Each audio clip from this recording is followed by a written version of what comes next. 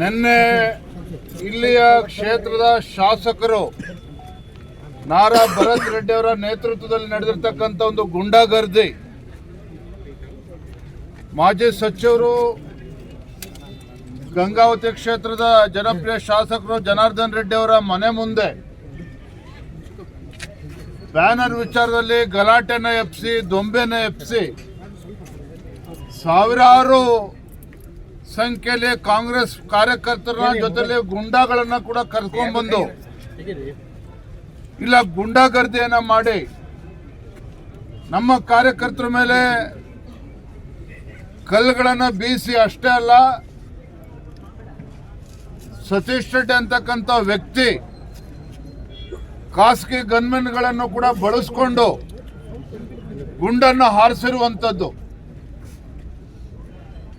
ಈ ಗುಂಡಾಗರ್ದಿ ನೆನ್ನೆ ದಿನ ನಡೆದಿದೆ. ಭಾರತೀಯ ಜನತಾ ಪಾರ್ಟಿ ಇದನ್ನು ಬಲವಾಗಿ ನಾವು ಖಂಡಿಸ್ತೇವೆ. ಈ ಗುಂಡಾಗರ್ದಿ ಮಾಡಿಕೊಂಡು ಜನಾರ್ದನ್ ರೆಡ್ಡಿ, ಶ್ರೀರಾಮುಲು ಅವ್ರನ್ನಾಗಲಿ, ಆನಂದ್ ಸಿಂಗ್ ಅಥವಾ ನಮ್ಮ ಸೋಮಶೇಖರ್ ರೆಡ್ಡಿ ಅವ್ರನ್ನ, ನಮ್ಮ ಭಾರತೀಯ ಜನತಾ ಪಾರ್ಟಿಯ ಕಾರ್ಯಕರ್ತರನ್ನ ಹೆದರಿಸ್ಬೋದು ಅನ್ನುವ ಭ್ರಮೆನಲ್ಲಿ ಇವತ್ತೇನೋ ಕಾಂಗ್ರೆಸ್ ಪಕ್ಷದ ಶಾಸಕ ಅಥವಾ ಗುಂಡಾ ಶಾಸಕ ಏನು ವರ್ತನೆ ಮಾಡಿದ್ದಾರೆ. ಇದರಿಂದ ನಮ್ಮ ಕಾರ್ಯಕರ್ತರು ಧೃತಿಗೆಡುವಂತ ಪ್ರಶ್ನೆ ಇಲ್ಲ. ನಾನು ಕೂಡ ಇವತ್ತು ಬಳ್ಳಾರಿಗೆ ಬಂದು ಇವತ್ತು ಆಸ್ಪತ್ರೆಯಲ್ಲಿ ನಮ್ಮ ಕಾರ್ಯಕರ್ತರು ಅಡ್ಮಿಟ್ ಆಗಿದ್ದಾರೆ. ನಿನ್ನೆಯ ಗುಂಡಾಗರ್ದಿನಲ್ಲಿ ಪೆಟ್ಟು ತಿಂದು ಆಸ್ಪತ್ರೆಯಲ್ಲಿ ಇವತ್ತು ಅಡ್ಮಿಟ್ ಆಗಿದ್ದಾರೆ. ಅವ್ರನ್ನ ಮಾತಾಡ್ಸ್ಕೊಂಡು ಇಲ್ಲಿ ಬಂದಿದ್ದೇನೆ. ಯಾತಕ್ಕೋಸ್ಕರ ಇವತ್ತು ಬಳ್ಳಾರಿ ನಗರದಲ್ಲಿ ವೃತ್ತದಲ್ಲಿ ಮಹರ್ಷಿ ವಾಲ್ಮೀಕಿ ಅವರ ಪ್ರತಿಮೆಯನ್ನ ಅನಾವರಣ ಮಾಡುವ ವಿಚಾರದಲ್ಲಿ ಗಲಾಟೆ. ನಾಚಿಕೆ ಆಗಬೇಕಾಗಿತ್ತು ಕಾಂಗ್ರೆಸ್ನವರಿಗೆ. ಇವತ್ತು ನಮ್ಮ ರಾಜ್ಯದಲ್ಲಿ ಮಹರ್ಷಿ ವಾಲ್ಮೀಕಿಗೆ ಗೌರವನ ಕೊಡಬೇಕು. ಮಹರ್ಷಿ ವಾಲ್ಮೀಕಿಯನ್ನ ಈ ನಾಡಿನ ಎಲ್ಲ ಸಮಾಜದ ಎಲ್ಲ ವರ್ಗದ ಜನ ಅವ್ರನ್ನ ಪೂಜಿಸಬೇಕು, ಆರಾಧಿಸಬೇಕು ಅಂತೇಳಿ ಆ ಚಿಂತನೆಯೊಂದಿಗೆ ಹಿಂದಿನ ಮುಖ್ಯಮಂತ್ರಿಗಳು ಸನ್ಮಾನ್ಯ BS ಯಡಿಯೂರಪ್ಪನವರು ಮುಖ್ಯಮಂತ್ರಿಗಳಿದ್ದಾಗ ಇದೇ ಶ್ರೀರಾಮುಲು ಅವರು ಅಂದಿನ ಸಚಿವರು ಯಡಿಯೂರಪ್ಪನವ್ರನ್ನ ಮನವೊಲಿಸಿ ಮಹರ್ಷಿ ವಾಲ್ಮೀಕಿ ಜಯಂತಿಯನ್ನು ಆಚರಣೆ ಮಾಡಬೇಕು, ರಜಾ ದಿನವನ್ನಾಗಿ ಘೋಷಣೆ ಮಾಡಬೇಕು, ಮತ್ತು ರಾಜ್ಯದ ಬಹುತೇಕ ಎಲ್ಲ ಜಿಲ್ಲೆಗಳಲ್ಲಿ ತಾಲೂಕು ಕೇಂದ್ರಗಳಲ್ಲೂ ಸಹ ವಾಲ್ಮೀಕಿ ಭವನಗಳನ್ನು ನಿರ್ಮಾಣ ಮಾಡಬೇಕು ಅಂತೇಳಿ ಅದಕ್ಕೂ ಕೂಡ ಬಿಜೆಪಿ ಸರ್ಕಾರ ಅನುದಾನನ ಕೊಡಿಸಿರ್ತಕ್ಕಂಥವ್ರು ಇದೇ ಶ್ರೀರಾಮುಲು ಅವರು, ಸೋಮಶೇಖರ್ ರೆಡ್ಡಿ ಅವರು, ಆನಂದ್ ಸಿಂಗ್ ಅವರು. ಅವತ್ತು ನಮ್ಮ ಸರ್ಕಾರ ಇದ್ದಾಗ ಇದೇ ವೃತ್ತದಲ್ಲಿ ಮಹರ್ಷಿ ವಾಲ್ಮೀಕಿ ಅವರ ಒಂದು ಪ್ರತಿಮೆಯನ್ನು ಇಟ್ಟು ಈಗಾಗಲೇ ಗೌರವನ ಕೊಡುವಂಥ ಕೆಲಸವನ್ನು ಅವ್ರು ಮಾಡಿದ್ದಾರೆ 25 ವರ್ಷ ಹಿಂದೆನೆ. ಇವತ್ತು ಯಾವುದೋ ಒಂದು ರಾಜಕೀಯ ತೆವಲಿಗೆ ಈ ರೀತಿ ಗುಂಡಾಗರ್ದಿ ಮಾಡಿಕೊಂಡು ಬ್ಯಾನರ್ ಪೋಸ್ಟ್ಗಳನ್ನು ಅನುಮತಿ ಇಲ್ದೇನೆ ಇಲ್ಲಿ ಹಾಕ್ಕೊಂಡು ಇವತ್ತು ಬ್ಯಾನರ್ ಪೋಸ್ಟ್ ಲೆಕ್ಕದಲ್ಲಿ ಇವತ್ತು ನಮ್ಮ ಕಾರ್ಯಕರ್ತರ ಮೇಲೆ ಗುಂಡಾಗರ್ದಿ ಮಾಡಿರುವಂಥದ್ದು, ಗುಂಡಾರಿಸಿರುವಂಥದ್ದು. ಜನಾರ್ದನ್ ರೆಡ್ಡಿ ಅವ್ರ ಮನೆ ಮೇಲೆ ಏನು ಕೆಲವು ನಿಂತಿದ್ರು, ಅವ್ರ ಮೇಲೂ ಕೂಡ ಖಾಸಗಿ ವ್ಯಕ್ತಿಗಳು ಇವತ್ತು ಗನ್ಮೆನ್ಗಳ ಮೂಲಕ ಗುಂಡಾರಿಸಿರ್ತಕ್ಕಂಥದ್ದು ಅಕ್ಷಮ್ಯ ಅಪರಾಧ. ನಾನಿವತ್ತು ಗೌರವಾನ್ವಿತ ಮುಖ್ಯಮಂತ್ರಿಗಳಿಗಾಗಲಿ ಗೃಹ ಸಚಿವರನ್ನ ಹೇಳೋದಕ್ಕೆ ಇಚ್ಛಪಡ್ತೇನೆ. ಏನು ಮೊನ್ನೆ ಬೆಳಗಾವಿ ಅಧಿವೇಶನ ಸಂದರ್ಭದಲ್ಲಿ ದ್ವೇಷ ಭಾಷಣದ ಮಸೂದೆ ತರಬೇಕು ಅಂತೇಳಿ ಹೊರಟಿದ್ದೀರಿ. ಮೊದಲ ಅಪರಾಧಿ ನಿಮ್ಮ ಶಾಸಕರಲ್ಲಿದ್ದಾರೆ ನಾರಾ ಭರತ್ ರೆಡ್ಡಿ ಅವರು.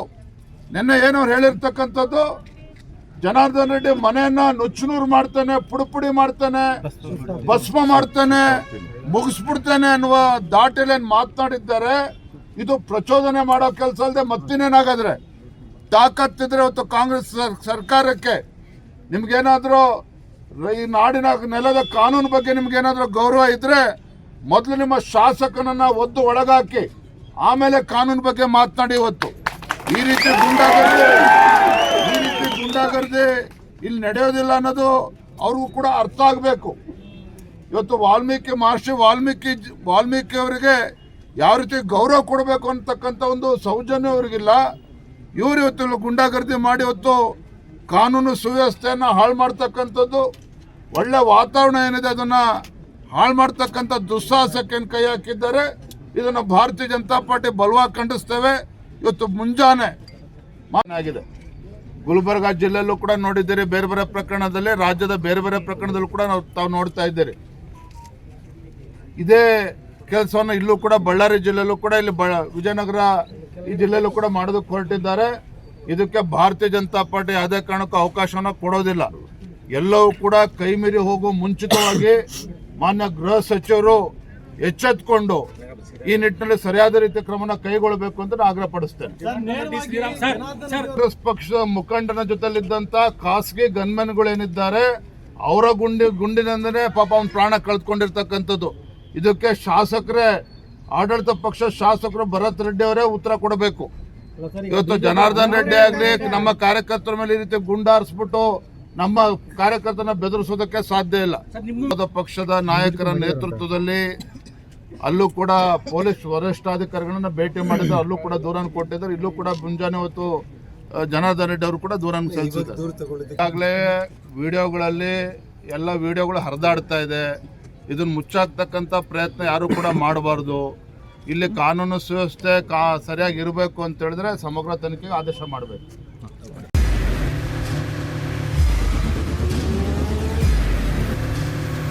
ಪ್ರಜಾಮಾರ್ಗ ನ್ಯೂಸ್, ಇದು ಜನಸಾಮಾನ್ಯರ ಧ್ವನಿ.